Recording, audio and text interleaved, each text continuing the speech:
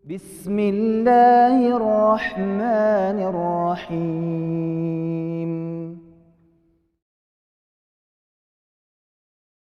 Hadis yang ke-40.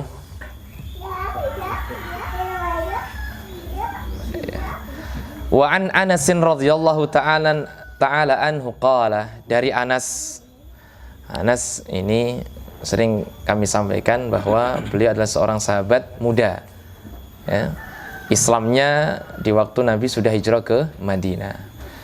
Beliau berkata, qala Rasulullah sallallahu alaihi wasallam, Nabi sallallahu alaihi wasallam bersabda, la yatamannayanna ahadukumul mauta li dzurrin asabahu. Janganlah, ini ada taukid apa, penegasan lah. Dan janganlah kalian pernah coba-coba, kalau kita artikan begitulah ya, al-mauta mengharapkan kematian, li dzurrin asabahu, atas musibah yang menimpanya. Jadi kalau ada seorang kok tertimpa musibah, itu Nabi benar-benar tidak boleh, ya, kita tidak boleh mengharapkan yang namanya kematian, tidak boleh, dilarang.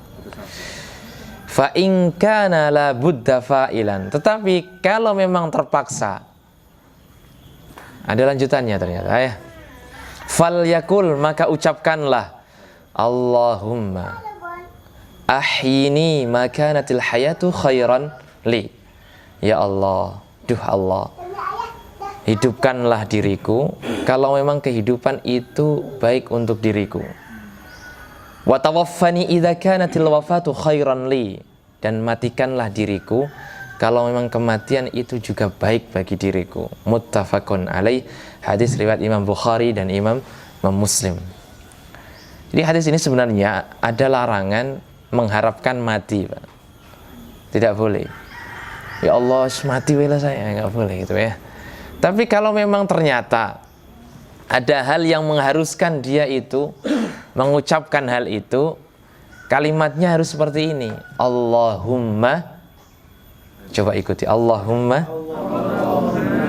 ahyini makanatil hayatu khairan li.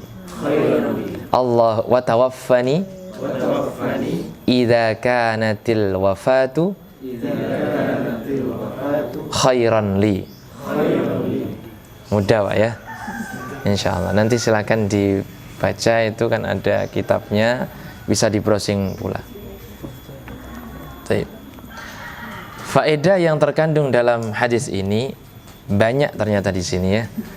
Masya Allah. Satu, hurmatu tamanni al-maut, haramnya mengharapkan kematian, ya, sampai derajat meminta kematian itu hukumnya haram, bukan yang sekedar tidak boleh ya, haram ya.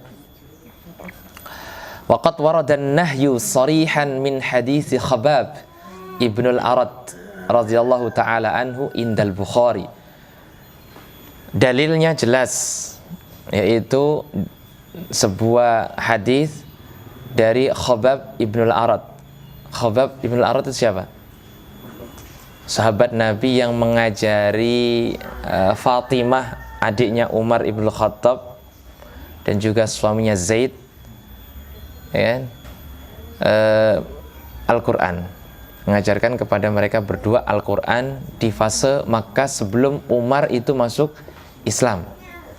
Waktu Islam ngetuk pintu rumahnya adiknya yang namanya Fatimah itu, terdengar Khabbab mengajarkan Al-Quran kepada adiknya, tapi nggak tahu siapa yang mengajarkan Al-Quran itu. Sampailah kemudian Umar menyatakan keislamannya, Khabbab baru keluar. Nah itu dari persembunyiannya kan, oh kamu tuh Khabbab, tunjukkan di mana Muhammad berada, kan gitu ya akhirnya.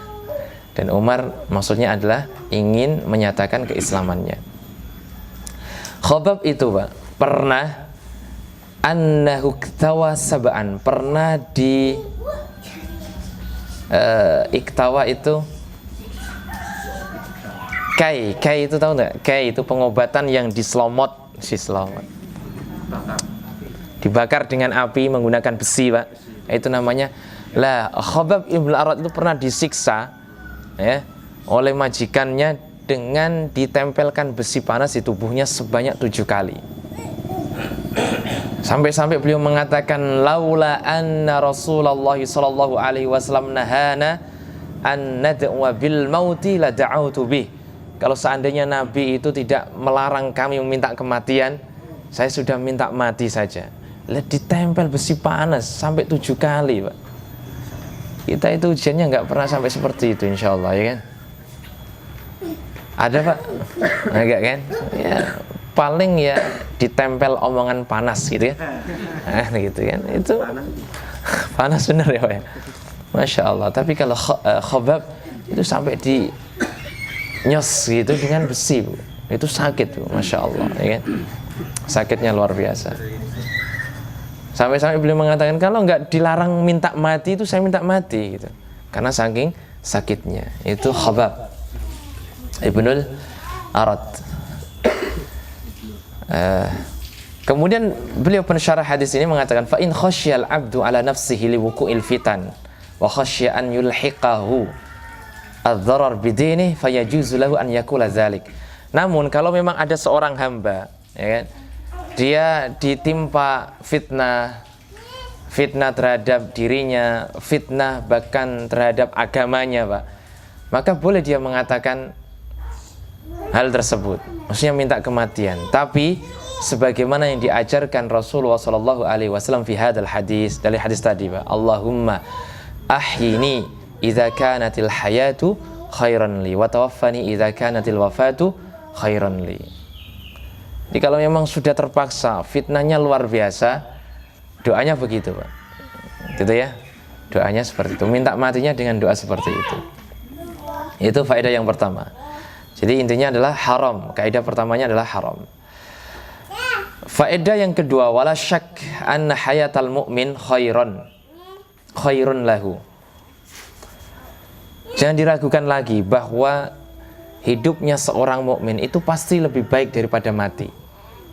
Li'annahu idza mata inqata 'amaluhu. Kenapa? Kalau sudah mati, Pak, itu terputus amalnya, sudah nggak bisa menghasilkan amal. Kama akhraja Muslimun min hadits Abu Hurairah, sebagaimana yang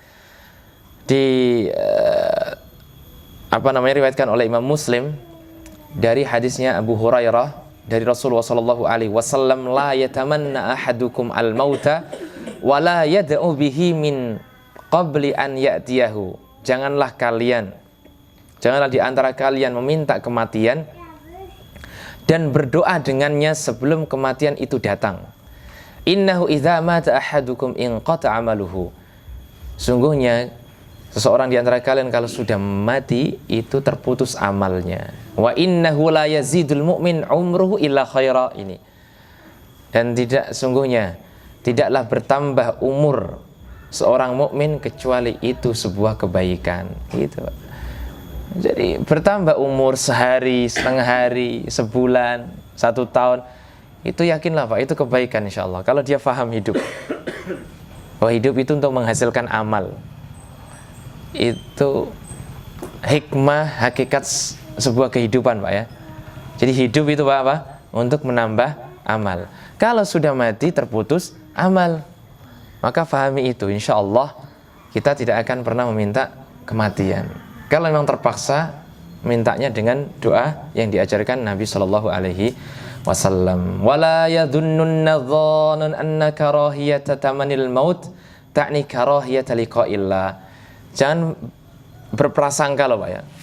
Yang dimaksud membenci kematian, tidak berharap kematian itu juga bermaksud membenci bertemu dengan Allah. Tidak. Jadi dilarangnya kita meminta kematian itu bukan dilarangnya kita ingin bertemu dengan Allah. Bukan begitu. Itu bukan yang dimaksud. Jangan berprasangka begitu. Kenapa? Karena Bunda Aisyah radhiyallahu taala anhu, sebagaimana hadis yang diriwayatkan oleh Imam Muslim, pernah berkata, Nabi bersabda, "Man ahabba liqa Allah ahabballahu liqa'ahu." Barang siapa yang senang, cinta, berharap bertemu dengan Allah, maka Allah juga senang dan cinta bertemu dengan dirinya. Jadi benci mati atau tidak menginginkan kematian itu bukan maksudnya membenci bertemu dengan Allah. Jadi mungkin ada orang yang mengatakan, lah kamu nggak ingin bertemu dengan Allah, misalkan gitu kan, gara-gara dia diingatkan jangan minta mati, saya ingin bertemu dengan Allah kok. Dia beralasan, loh kamu melarang saya minta mati, kamu nggak suka kalau saya bertemu dengan Allah, itu nggak boleh Pak, salah gitu ya, anggapan seperti itu tidak benar. Karena orang yang berharap bertemu dengan Allah, Allah juga akan mencintai dia untuk segera bertemu dengan dirinya. Waman kariha liqa Allah karihallahu liqa'ahu. Barang siapa yang benci bertemu dengan Allah, maka Allah pun benci bertemu dengan dirinya. Fakultu, maka Bunda Aisyah berkata, ya Nabi Allah, akarahiyatal maut. Apakah yang dimaksud itu adalah benci terhadap kematian? Maka Nabi Shallallahu Alaihi Wasallam, Bunda Aisyah mengatakan, fakulun nakrahul maut, dan setiap kami juga benci kematian. Maka Nabi mengatakan, laisa kadzalik, bukan itu maksudnya wahai Aisyah. Walakinal mu'min idza busyira bi rahmatillahi wa ridwanih wa jannati ahabba liqa Allah fa ahabballahu liqa'ahu. Tetapi seorang mukmin itu kalau dikabarkan kepadanya rahmat, ridha, surga, maka kemudian dia berharap bertemu dengan Allah, maka Allah pun akan senang kalau bertemu dengan dirinya. Dan kalau kafir dikabarkan dengan azab Allah, amarahnya Allah, maka dia benci bertemu dengan Allah, maka Allah pun benci kepada dirinya. Dan Imam Nawawi mengatakan hadis ini menafsiri hadis 40 tadi Pak. Jadi yang dimaksud tidak boleh meminta kematian, itu maksudnya adalah bukan dia itu benci bertemu dengan Allah, gitu ya. Tapi kalau memang seorang mukmin itu sudah dikabarkan kepadanya surganya, pengampunannya, maka dia baru boleh berharap bertemu dengan Allah, gitu Pak.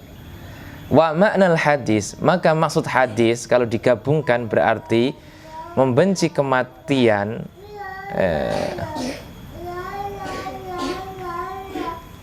annal karahata al-mu'tabarah hiya allati takunu 'inda an-naz'i fi halatin la taqbalu taubatuhu wala ghairaha. Jadi yang dimaksud dengan tidak menginginkan kematian itu adalah, saya baca lagi Pak ya, annal karaha al-mu'tabarah hiya allati takunu 'inda an-naz'i fi halatin la taqbalu taubah wala ghairah fa hina idzan yubashshiru kullu insanin bima huwa sa'irun ilaihi wa ma a'adda lahu wa yakshifu lahu an dzalik. Jadi maksudnya Pak, kalau memang sudah waktunya naza itu apa? Waktunya dicabut nyawa, itu baru dia boleh mengharapkan begitu Pak. Saya ingin berharap bertemu dengan Allah. Tapi kalau sebelum itu jangan. Kalau bisa optimis sembuh, gitu kan? Optimis untuk tetap hidup. Gitu. Sebagaimana tadi Khabbab ibnul Arad. Dalilnya apa? Satu, dalilnya adalah Nabi Shallallahu Alaihi Wasallam itu waktu sakit menjelang maut, beliau mengatakan Allahumma ar-rafiq al-a'la. Beliau berdoa, ya Allah, saya ingin ar-rafiq al-a'la, tempat yang tinggi, gitu kan Pak? Nah, kapan Nabi itu mengatakan fi maradhi mautih, sakit menjelang kematian? Itu yang pertama, yang dalil menunjukkan bahwa baru boleh itu nanti menjelang kematian, baru boleh meminta mati. Jadi kalau sudah menjelang kematian itu nanti Allah akan tampakkan surganya, tampakkan ridhonya, gitu Pak. Dia kemudian berharap kematian. Allahumma, berdoa seperti itu Pak, gitu ya. Yang kedua, dalil yang kedua bahwa Rasulullah Shallallahu Alaihi Wasallam khuyira bainal baqa' fi ummati wa ta'jil. Waktu menjelang kematian, Nabi itu diberikan oleh Allah dua pilihan. Kamu tetap bersama umatmu atau kamu meninggal, wafat. Fakhtara ar-rafiq al-a'la. Nabi kemudian mengucapkan Allahumma ar-rafiq al-a'la. Jadi Nabi mengucapkan Allahumma ar-rafiq al-a'la sambil nunjuk ke arah langit itu, Pak. Itu sebelumnya memang Jibril datang memberikan kabar, ya Muhammad, Allah memberikan dua pilihan kepadamu. Kamu tetap bersama umatmu atau menemui Rabbmu, gitu. Beliau akhirnya mengucapkan Allahumma ar-rafiq al-a'la. Beliau memilih itu. Berarti itu kan ketika apa, Pak? Sakit menjelang kematian. Yang ketiga, dalilnya kenapa dilarang? Karena memang ada yang mengatakan itu khusus bagi Nabi. Nah, gitu loh. Kalau khusus bagi Nabi kan nggak boleh bagi kita, gitu ya. Itu kila, ada yang mengatakan begitu. Tapi dua alasan pertama tadi harusnya cukup bagi kita. Satu, bahwa Nabi minta bertemu dengan Allah itu waktu menjelang kematian. Yang kedua, karena beliau memilih bertemu dengan Allah daripada hidup bersama umatnya. Bukan karena umatnya jengkel, bukan. Memang Nabi sudah kangen bertemu dengan Allah, ya. Ya kalau Nabi lihat kita mungkin jengkel loh, ya. Ya orang kok nggak bisa diharapkan baiknya, mungkin gitu kan. Saya sudah berjuang segini beratnya, gitu loh mungkin, Pak, ya. Maka ayo, Pak, ya, kita sambut perjuangan Nabi itu dengan menaikkan kualitas ketaatan, menaikkan kualitas ibadah, menaikkan kualitas kita lah sebagai seorang mukmin. Gitu ya. Faedah yang keberapa, Pak? Ketiga. Nggak ada nomornya di sini, ya. Wujubus sabr 'alal bala. Ini dalilnya terkait dengan babnya. Wajibnya sabar. Jadi sabar itu wajib hukumnya. Tidak sunnah muakkadah, bukan, ya. Wajibnya sabar ketika tertimpa musibah. Wa adamut tadhajjur lima fihi minal i'tirad ala qadrillah. Nah, ini tidak boleh tadhajjur. Tadhajjur itu apa ya? Apa? Sebentar ya. Apa?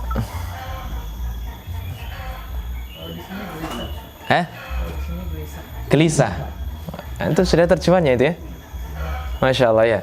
Tadhajjur itu gelisah, ya. Tidak boleh. Jadi gelisah, ya, maknanya yang pas, ya. Tidak boleh gelisah. Kenapa?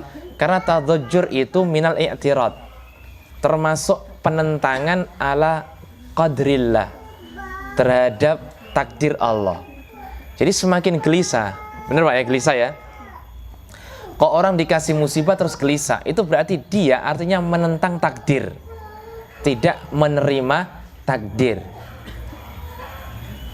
Walaupun gelisah, Ustaz. Iya, ini syarah beliau begitu. Karena kalau kita lihat tadi hadis-hadis yang kita baca, Masya Allah, nggak ada penentangan. Nabi tidak gelisah, biasa saja, gitu kan. Bahkan tidak boleh berharap mati. Hanya Allahumma ahyini idza kanatil hayatu khairan li wa tawaffani idza kanatil wafatu khairan li. Ya Allah, hidupkanlah saya kalau memang hidup itu baik, dan wafatkanlah saya kalau yang wafat itu lebih baik. Tidak ada gelisah kemudian membuat Nabi akhirnya tidak ridha dengan takdir Allah, gitu. Jadi apapun yang terjadi, ayah bunda yang dimuliakan Allah Subhanahu wa taala, itu semuanya takdir Allah. Duduknya kita seperti ini juga takdir Allah, ya. Hadirnya kita juga takdir Allah. Yang tidak hadir ya juga takdir Allah. Maka saya sebagai pemateri tidak boleh marah. Oh, saya kok lebih duluan misal daripada yang hadir, gitu kan. Ya sabar, gitu kan. Ya, yang begitu memang akhir zaman itu, mencari ilmu itu datangnya lebih telat daripada yang menyampaikan ilmu, gitu ya. Enggak apa-apa, Pak, ya. Tapi sabar kan, itu ya. Ujian, ya. Memang abot, Pak, ya. Memang orang itu akan diuji, Pak, dengan kalimatnya kan. Saya menyampaikan sabar itu, saya akan diuji dengan kalimat itu. Taib. Tapi ya kebangetan kadang ya. Taib, al-abdul mu'min yufawwidu amrahu ila Allah ya. Bercanda Pak, supaya antum enggak ngantuk lah ya. Seorang hamba mukmin itu senantiasa akan memasrahkan urusannya kepada Allah. Nah gitu. Ya, apapun yang diterima sudah Pak. Tafwid. Tafwid itu apa? Menyerahkan urusan. Dalam makna takdir ya. Nanti kalau dalam makna tentang asma wa sifat itu Masya Allah ya, menyerahkan maknanya katanya gitu kepada Allah Subhanahu wa ta'ala. Ya, al-abdul mu'min yufawwidhu amrahu ilallah. Mukmin itu gampang, kaidahnya itu selalu menyerahkan urusannya kepada Allah dan menerima ridha akan takdir Allah. Terapkan Pak dua kaidah ini Pak. Masya Allah, hidup panjenengan semuanya nyaman, tenang. Berbeda orang yang tidak mengimani akan takdir, itu hidupnya gelisah gitu ya, nggak enak. Gelisah, wallahi gelisah terus. Tapi kalau sudah beriman, ya sudah, kita serahkan urusannya kepada Allah. Tapi ikhtiar semampunya gitu. Gitu ya Pak ya. Dan yang pasti apapun yang dipilihkan oleh Allah, apa yang Allah berikan kepada kita, itu pahami Pak, itu pasti yang terbaik gitu aja Pak. Iya gitu Pak. Itu kata fikih sirahnya Ramadan Al-Buti kalau tidak salah, atau Syekh Ali Muhammad As-Salabi. Saat kemarin karena baru saja menyampaikan tentang syarah Urjuzah itu kan, Masya Allah, pilihan Halimah As-Sa'diyah ya, beliau memilih bayi yatim itu, tapi ternyata membawa berkah gitu loh Pak.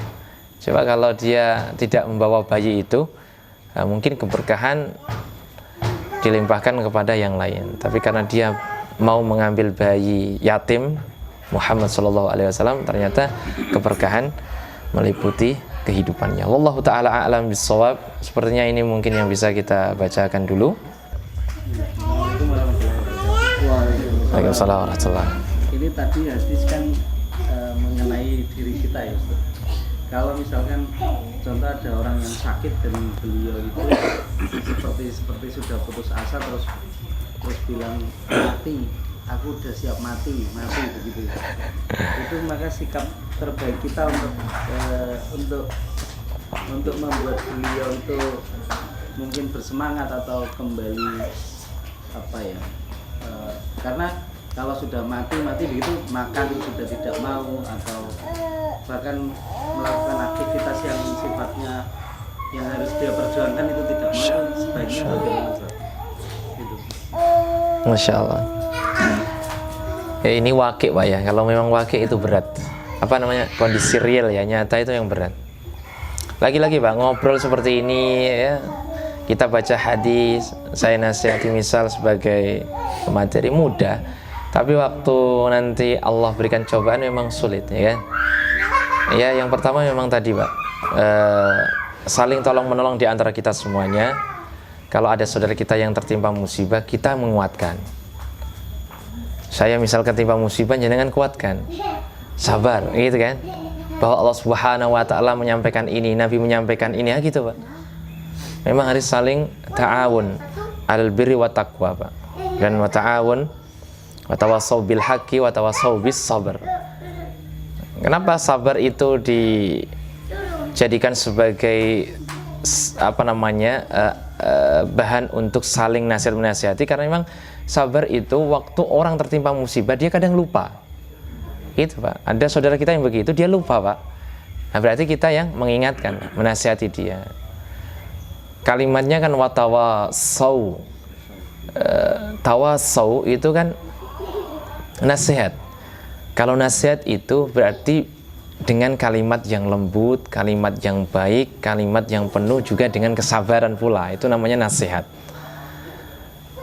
Karena kalau orang tertimpa musibah, lupa kadang. Ya kan Bu ya? Lupa.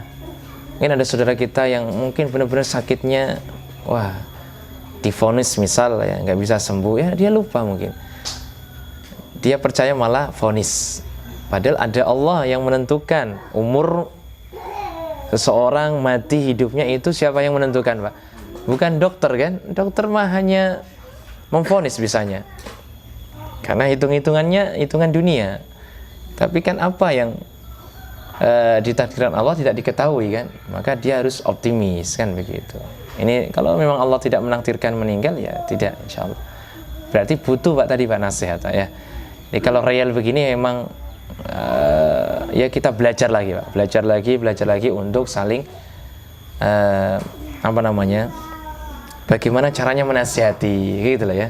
Kalau kita kena musibah rasanya kalimat seperti apa yang bisa kita terima gitu lah. Berarti kita itu yang mengucapkan kepada orang lain gitu loh Pak. Memang itu butuh pembelajaran sih Pak ya, Pak, bagus ya. Itu hal-hal yang real itu memang butuh belajar. Wallahu ta'ala alam. Ini perlu ta'awun gitu Pak ya, ta'awun, saling menasihati. Jangan itu kan sudah berilmu, itu kan ustadz pasti insya Allah paham.